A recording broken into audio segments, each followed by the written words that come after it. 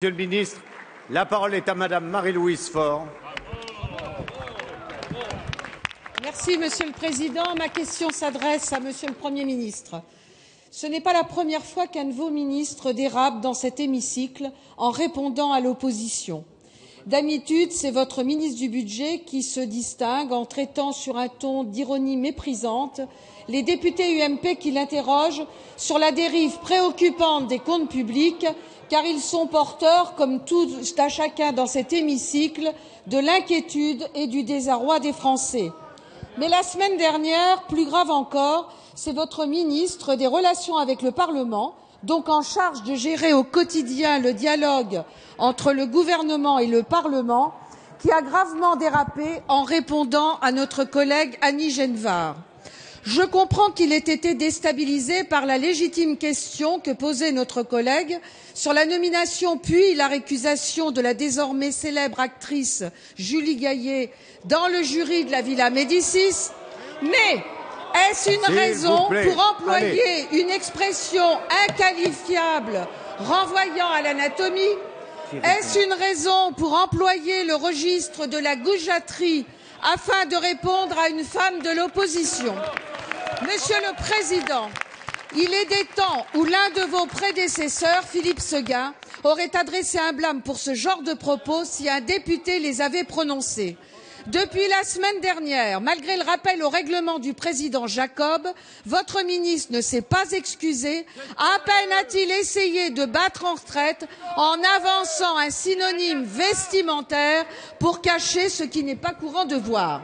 Monsieur le Premier ministre, en cette semaine placée sous le signe de l'égalité entre les femmes, même de votre opposition, et les hommes, accepterez-vous enfin de vous excuser pour les propos de votre ministre? Merci. La parole est à Monsieur Alain Vidalies, ministre chargé des Relations avec le Parlement. S'il vous plaît. Merci, Monsieur le Président. Écoutez le ministre déjà. Écoutez le ministre.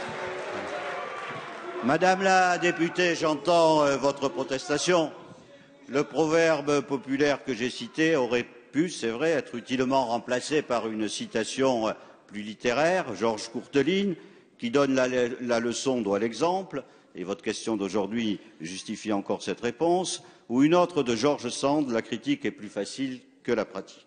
Vous estimez que le proverbe populaire cité était une offense puisqu'il s'adressait à une femme. Mais j'ai répondu à une question de l'UMP et j'aurais fait la même réponse à un homme. Votre interprétation sexiste est blessante.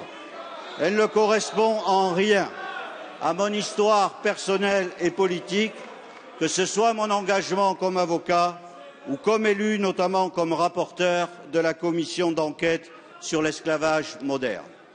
Le respect dû aux femmes, c'est d'abord le respect de la parité et notre majorité a voté la parité dans les conseils départementaux.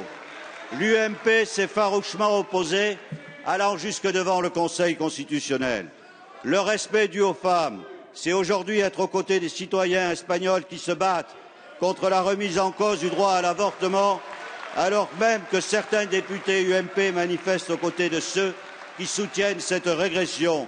Le respect dû aux femmes, c'est le projet de loi sur l'égalité femmes-hommes que votre Assemblée examine cette semaine. Le respect dû aux femmes, ce n'est pas que des mots, c'est des actes, c'est une politique.